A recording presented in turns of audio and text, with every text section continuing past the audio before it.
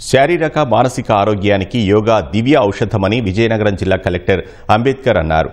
పూసపాటిరేగ మండలం చింతపల్లి సముద్ర తీరంలో జరిగిన యోగా ప్రదర్శనలో ఆయన పాల్గొన్నారు. వందలాది మంది ఈ కార్యక్రమానికి హాజరవడంతో బీచ్ కిటకిటలాడింది. పర్యాటక ప్రదేశాల్లో యోగా కార్యక్రమాల్లో భాగంగా చింతపల్లి బీచ్లో యోగా ప్రదర్శన నిర్వహించారు. త్వరలో తాటిపూడి, రామతీర్థంలో యోగా ప్రదర్శనలు నిర్వహిస్తామని కలెక్టర్ తెలిపారు.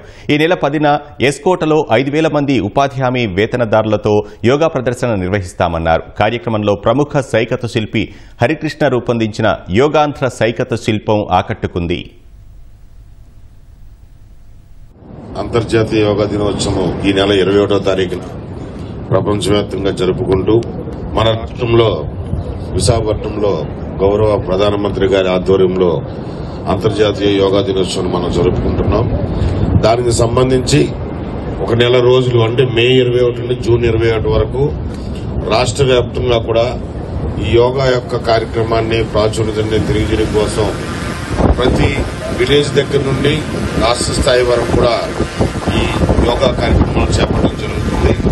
దాదాపుగా మన జిల్లా నుండి రేపు జూన్ 21 తారీఖున గౌరవ ప్రధానమంత్రి గారు అటెండ్ అయ్యే కార్యక్రమానికి మన జిల్లాలో ఆ రోజు దాదాపుగా సుమారుగా 8 లక్షల మంది యోగా కార్యక్రమంలో పాల్గొనడానికి కావలసిన అన్ని ఏర్పాట్లు చేయడం జరిగింది.